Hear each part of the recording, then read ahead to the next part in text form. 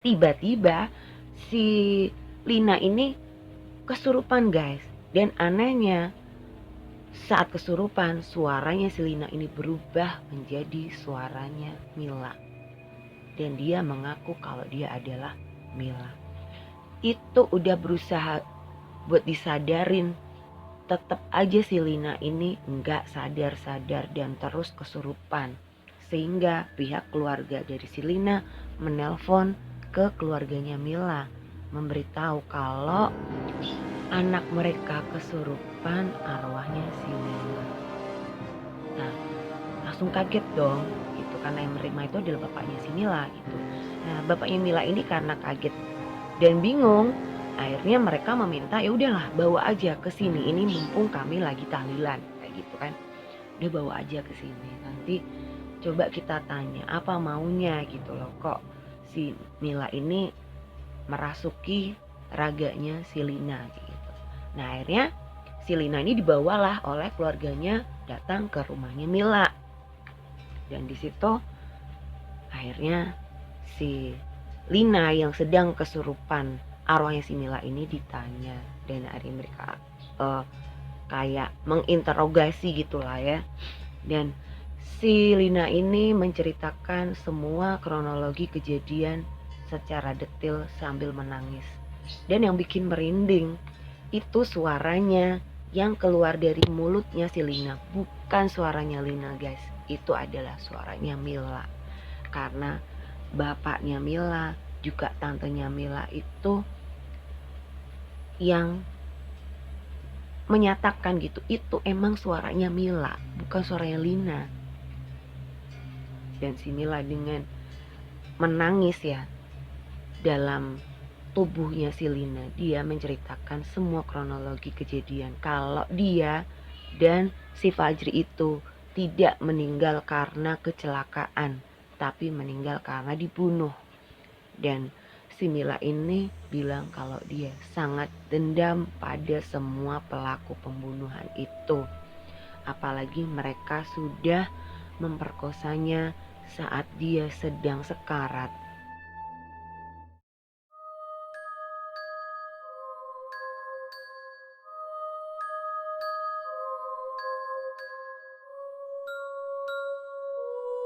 Halo guys, ketemu lagi bareng gue Adele di channel Real Horror Story.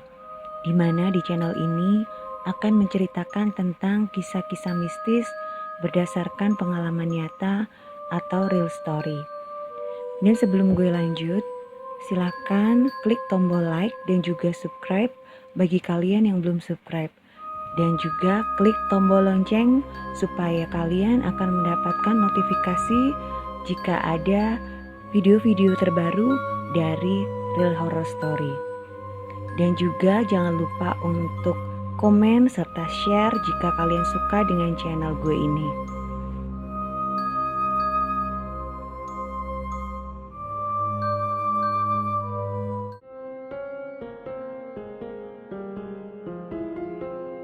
Nah, halo guys, ketemu lagi bareng gue.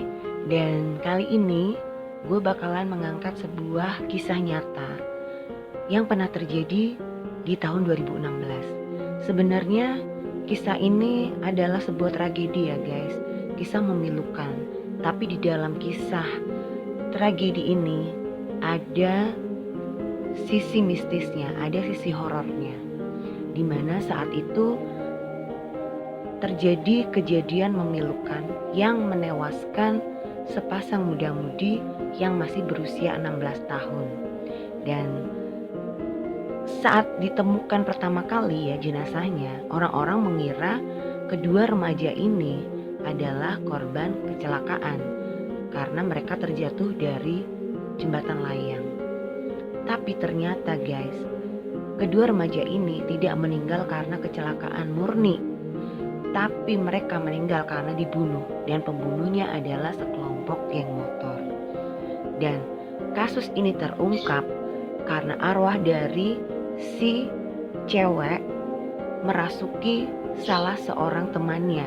Dan saat kesurupan itu ya, si temannya ini menceritakan kronologi kejadian yang sudah dialami oleh si cewek ini bersama kekasihnya.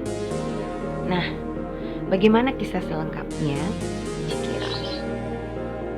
Saat itu di bulan Agustus tahun 2016, ada seorang pemuda ya, kita sebut aja namanya Fajri. Nah, Fajri ini punya pacar guys, namanya Mila. Nah, si Fajri ini punya hobi motor dan dia punya kayak klub motor gitu guys, yang seringkali mengadakan kopdar tuh. Tahu kan kopdar, kayak pertemuan gitu loh kalau weekend. Ya kan, kalau biasanya pecinta motor, klub-klub motor gitu biasanya mereka janjian tuh buat ketemuan bareng gitu ya. Nah, itu namanya kopdar gitu guys. Terus biasanya kalau udah kopdar gitu, mereka suka touring nih. Touringnya tuh nggak jauh-jauh, nggak yang keluar kota gitu, masih dalam kota aja, putar-putar kota lah. Jadi kayak kota-kota gitu naik motor bareng-bareng. Itu biasanya kalau weekend. Nah, si Fajri ini juga sama guys, sama klubnya gitu. Dan kalau dia itu lagi kopdar, biasanya dia sering ngajakin si Mila buat nemenin dia kayak gitu. Nah, kadang-kadang kalau pas lagi kopdar gitu ada beberapa orang yang teman-temannya si Fajri juga, tapi di luar dari klub motornya yang juga datang bergabung gitu guys. Jadi kan biasa ya kalau sesama pecinta motor gitu saling kenal meskipun mereka beda klub gitu. Nah, sebut aja ada salah seorang temannya si Fajri ini namanya Bayu gitu ya. Nah, karena sering ketemu sama si Fajri dan si Mila, si Bayu ini ternyata menaruh rasa suka terhadap si Mila guys gitu. Karena si Mila ini emang anaknya tuh cantik banget. Dan si Mila ini dulu juga pernah ikut kayak lomba-lomba model gitu loh guys, yang juga sempat menjadi juara juga. Jadi kan bisa dibayangkan ya kalau si Mila ini emang anaknya tuh cantik banget guys. Nah, si Bayu ini coba untuk ngerayu si Mila dan berusaha untuk mendekati Mila secara diam-diam gitu. Tapi karena si Mila ini anaknya setia gitu kan, setia sama si Fajrinya, dan dia bener-bener cinta banget lah ya sama si Fajri gitu. Si Mila ini nggak mau sama si Bayu dan udah berkali-kali ditolak. Tapi si Bayunya ini nekat guys gitu loh. Dan mungkin si Bayu ini juga ada setengah maksa gitu ya sama si Mila ini gitu loh, yang membuat si Mila ini akhirnya naik pitam gitu, emosi, dan sempat meludahi si Bayu ini guys.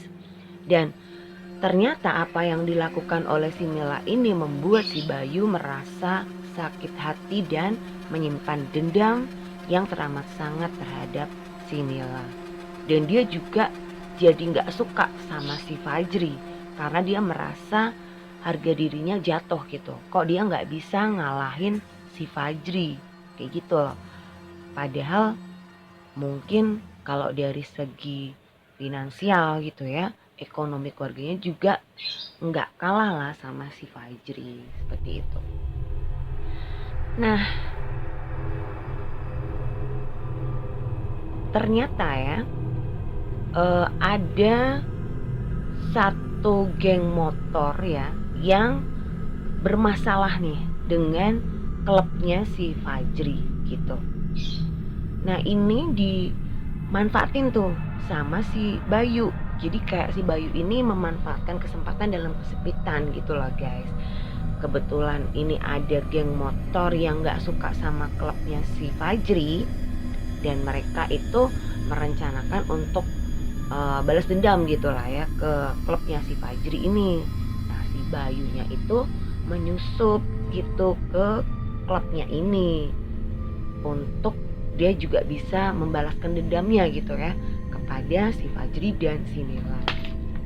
Nah, saat itu tepatnya di bulan Agustus tahun 2016 ya, klubnya si Fajri ini habis kopdar tuh, terus dilanjutkan dengan touring bareng gitu ya keliling kota. Nah, lagi nyantai-nyantai motoran tuh ya bareng-bareng, mereka dicegat oleh sekelompok geng motor nih gitu.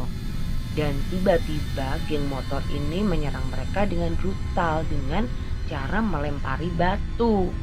Nah otomatis karena klubnya si Fajri ini nggak siap ya langsung kocar-kacir ya kan.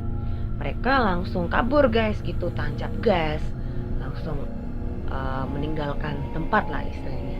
Nah kebetulan si Fajri dan si Mila ini berada di urutan paling belakang guys, karena kan mereka juga nggak ngerti niatnya kan lagi touring gitu ya, jadi nggak ada ngebut-ngebut juga, yang mereka naik motornya dengan nyantai kayak gitulah, menikmati suasana malam lah intinya gitu ya, weekend pula kan.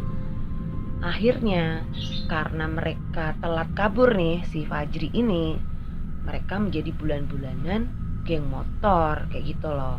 Dan sempet yang mereka itu dipukul kan, terus motornya juga ditendang sehingga mereka jatuh. Nah setelah jatuh dari motornya, sekawanan geng motor ini membawa si Fajri dan Mila itu ke sebuah tempat yang sepi lah ya, dan di sana mereka dihajar habis-habisan, mereka dipukulin, disiksa lah sampai sekarat begitu. Dan itu penyiksaannya nggak selesai sampai di situ guys. Dan si Bayu ini juga ikut menyiksa si Fajri juga si Mila. Nah sebenarnya niatnya si Bayu ini tadinya mau kasih pelajaran sama si Mila doang gitu loh. Dia pengen mempermalukan Mila lah intinya. Jadi mereka sebenarnya nggak ada niat untuk membunuh awalnya gitu. Karena kan sebenarnya geng motor ini nggak punya dendam pribadi sama si Fajri. Cuman karena si Fajri ini adalah anggota klub motor yang lagi berseteru sama gengnya mereka, sehingga si Fajri inilah yang jadi korban kayak gitu loh. Jadi kambing hitamnya lah buat di bulan-bulanan kayak gitu. Nah tapi karena mereka takut nih ketahuan, akhirnya kedua pemuda ini, si Fajri dan si Mila ini dibunuh. Dan sadisnya guys, saat si Fajri ini dalam keadaan sekarat, si Bayu dan teman-teman geng motornya ini memperkosa si Mila gitu. Tapi si Mila ini tutup dulu guys matanya gitu. Jadi niatnya mereka itu mau memperkosa si Mila ini di hadapan si Fajri gitu loh. Jadi diperkosa bergiliran kayak gitu guys. Cuman si Fajri ini karena sudah luka parah, akhirnya si Fajri ini mengembuskan nafas terakhirnya guys. Dan si Mila ini diperkosa di samping jasad kekasihnya guys, dengan keadaan mata tertutup dan dalam keadaan yang sudah kepayahan karena luka parah di tubuhnya akibat dipukulin. Nah sebelum dia diperkosa ya, itu si Mila ini sempat kepalanya itu dibenturkan berkali-kali di motor dan juga di aspal guys. Itu yang menyebabkan si Mila ini pingsan. Dan saat pingsan itu si Mila ini diperkosa secara bergiliran. Dan setelah diperkosa, ada salah seorang dari geng motor ini memukul tangan kanannya si Mila memakai balok sehingga patah. Dan tidak sampai di situ juga, mereka juga melindas kakinya si Mila berkali-kali dengan motor sehingga robek dan juga patah guys. Jadi geng motor ini benar-benar sadis. Dan mereka kemudian membawa si Fajri dan si Mila ini. Saat itu si Milanya masih hidup guys, cuman dia dalam keadaan sekarat. Kalau si Fajrinya sudah meninggal. Mereka dibawa lagi ke jalan layang yang tadi awal mereka ketemu. Dan kemudian si Fajri dan si Mila dijatuhkan dari atas jalan layang tersebut beserta motornya oleh sekelompok geng motor ini kayak gitu. Dan si Fajri dan Mila ini baru ditemukan warga keesokan harinya. Lah waktu dievakuasi itu si Milanya mengembuskan nafas terakhir karena sudah hilang banyak darah. Dan keadaannya udah parah banget guys gitu. Nah, karena saat disiksa ini si Milanya masih bernyawa guys. Ternyata si Mila ini benar-benar merasa dendam kepada para pelaku pembunuhan tersebut. Dan itulah yang menyebabkan arwahnya menjadi tidak tenang. Nah, saat jenazah Fajri dan Mila ini ditemukan oleh warga karena dikira itu adalah korban kecelakaan biasa ya, korban kecelakaan murni terjatuh dari atas jembatan layang. Akhirnya mereka dibawa pulang ke rumahnya dan setelah dimandikan ya, akhirnya mereka dimakamkan seperti itu guys. Cuman pada saat dimandikan jenazahnya, ini kan yang mandiin jenazahnya itu neneknya si Mila gitu ya. Karena Mila ini ibunya saat itu sedang bekerja menjadi TKI guys, TKW gitu ya. Jadi menjadi tenaga kerja wanita lah di luar negeri gitu. Jadi si Mila ini hanya tinggal sama bibi, terus sama bapaknya dan juga neneknya. Nah, saat si Mila ini meninggal ya, yang memandikan itu adalah neneknya. Neneknya tuh sempat curiga gitu, kok jenazah cucunya kalau memang itu kecelakaan kok aneh luka-lukanya gitu loh. Jadi ya karena ini neneknya ya, mungkin kan batinnya pasti ngerasa gitu ada yang nggak beres nih sama jenazah cucunya gitu loh. Dengan luka-luka lebam di mukanya kayak gitu loh, yang kayaknya nggak mungkin gitu loh kalau itu luka karena terjatuh gitu loh. Ya mungkin kalau yang patah tulang mungkin masih bisa lah masuk ke nalar gitu, masuk ke logika. Tapi ada beberapa luka yang aneh gitu loh guys. Nah saat memandikan jenazah si Mila ini, si nenek ini meraba belakang kepala ya si Mila ini kok jadi lunak gitu loh guys. Kayak yang bener-bener remuk gitu loh dalamnya. Nah meskipun emang itu terjatuh dari jalan layang ya, tapi si nenek ini merasa ada yang janggal gitu loh dengan kondisi jenazah cucunya.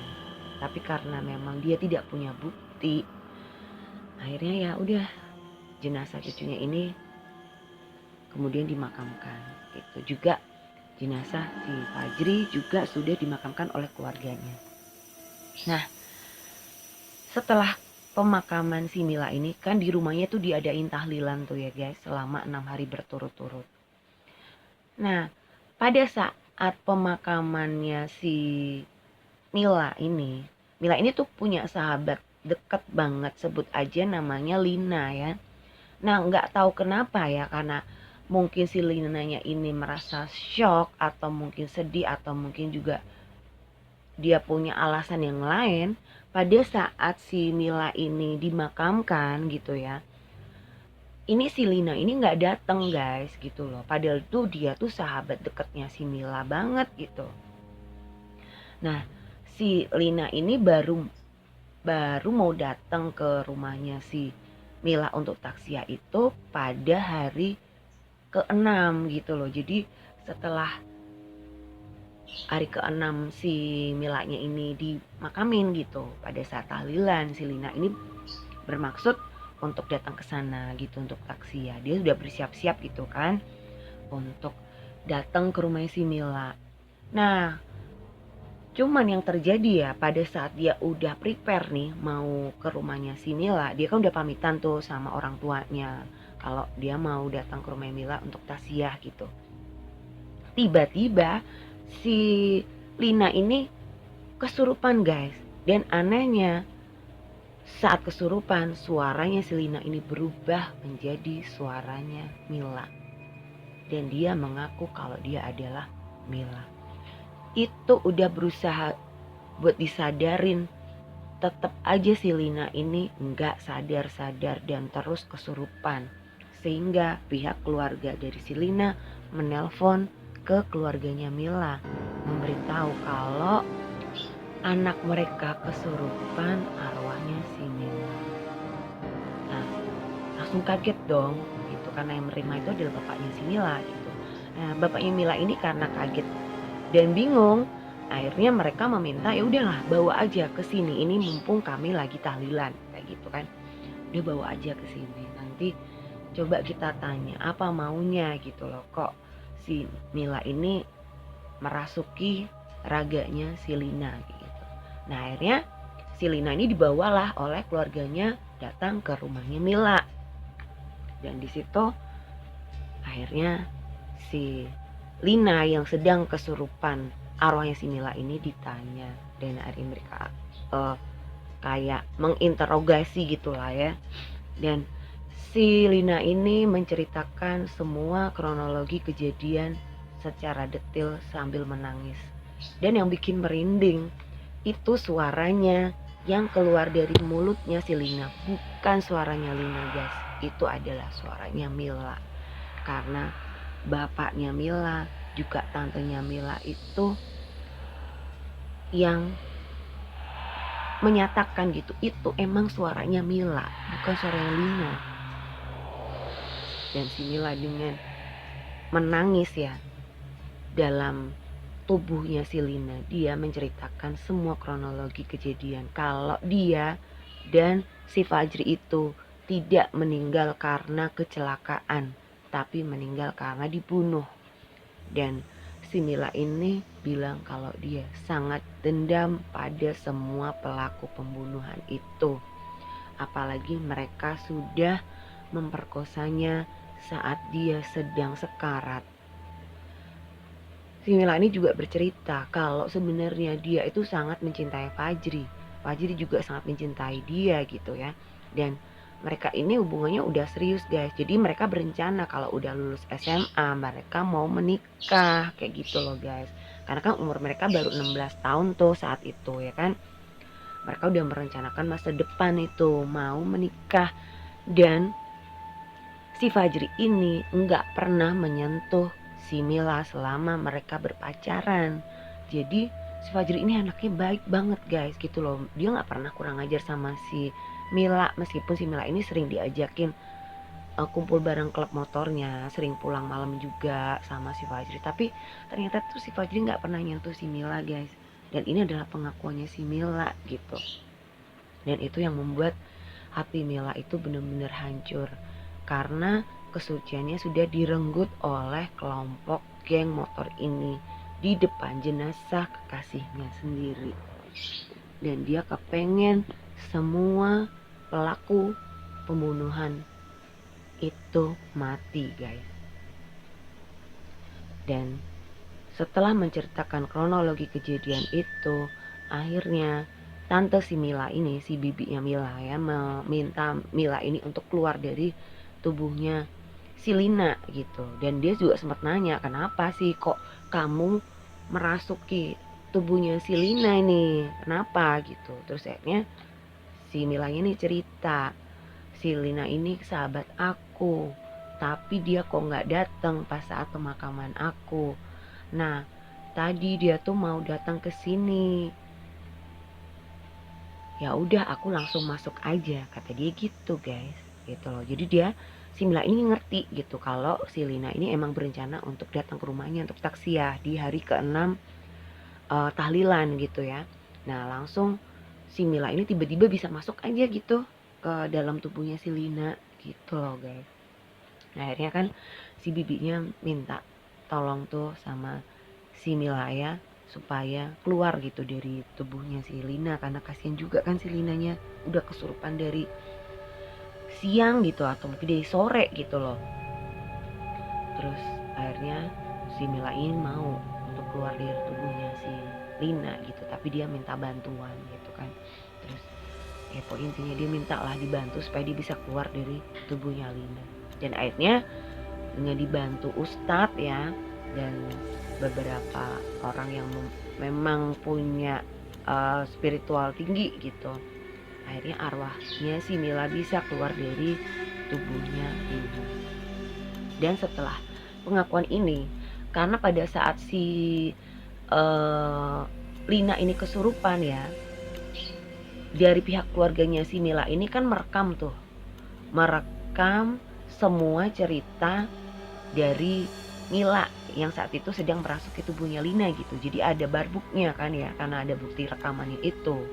Dan itu memang benar-benar itu suaranya si Mila, karena mereka juga menunjukkan nih.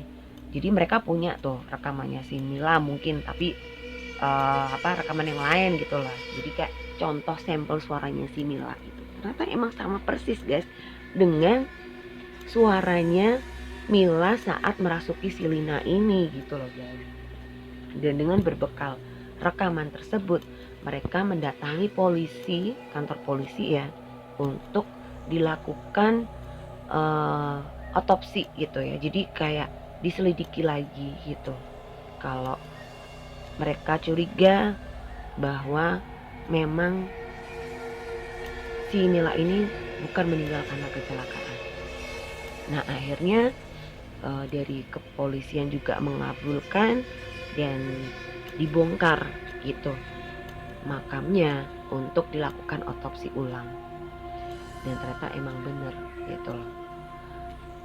Saat dilakukan otopsi itu baru terkuak ada bukti-bukti penganiayaan berat yang sudah dialami oleh Mila. Seperti itu. Jadi yang dibongkar ini makamnya Mila doang guys, bukan si Fajri, karena kan yang meminta untuk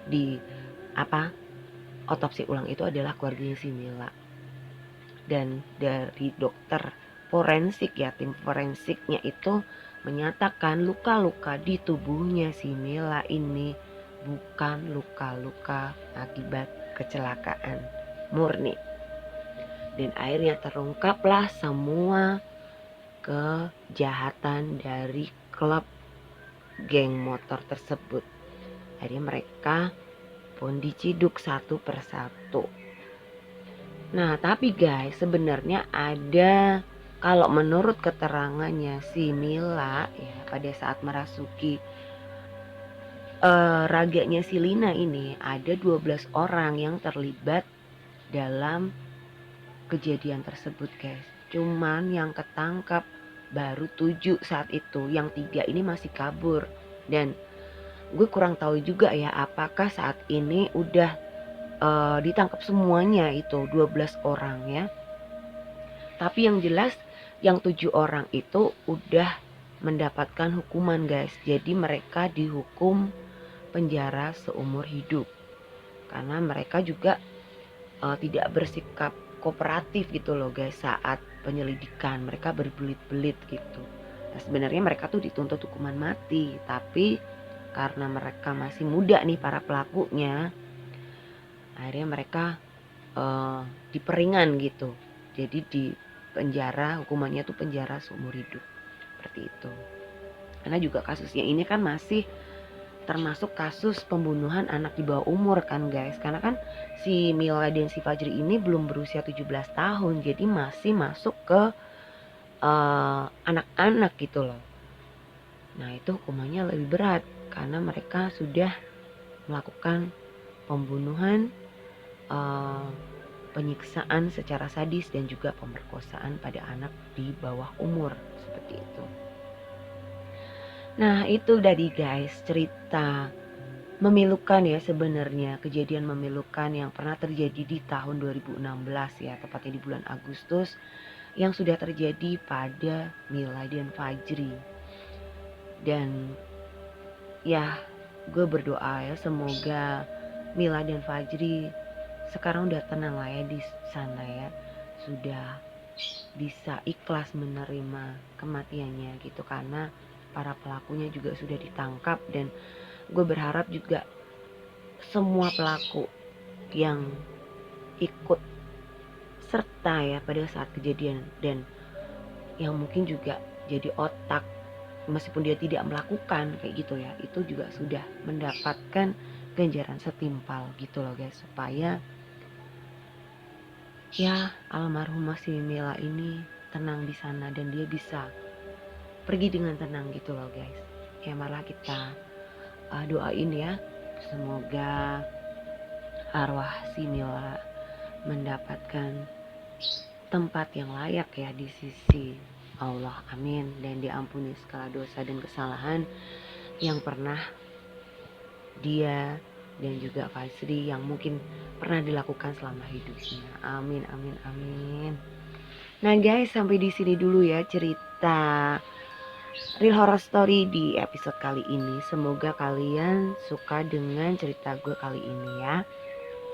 Dan jangan lupa ya untuk kalian yang mungkin juga punya nih kisah-kisah misteri atau kisah-kisah horor yang nyata yang pernah kalian alamin, atau mungkin teman-teman kalian alami atau keluarga kalian yang mengalaminya juga boleh ya. Kalian bisa share nih ke Real Horror Story dan bisa kalian kirimkan nanti cerita kalian di email dari RHS guys. Nah alamat emailnya itu nanti gue cantumin di deskripsi, kalian bisa lihat di deskripsi. Dan saat ini Real Horror Story juga udah ada Spotify-nya guys. Nanti link Spotify-nya juga bisa kalian lihat ya di deskripsi. Nanti kalian bisa mampir ke sana. Oke guys. Dan ditunggu buat like, komen serta share-nya jika kalian suka dengan video gue kali ini. Dan terima kasih ya buat kalian semua yang udah subscribe channel gue. Semoga kalian ditambah rezekinya, dipermudah semua urusan kalian dan selalu diberkati oleh Allah. Amin, amin, amin, amin. Dan buat kalian yang baru nemuin channel gue ini, mohon buat klik tombol subscribe-nya dan nyalakan loncengnya sehingga kalian akan mendapatkan notifikasi jika ada video-video terbaru dari Real Horror Story.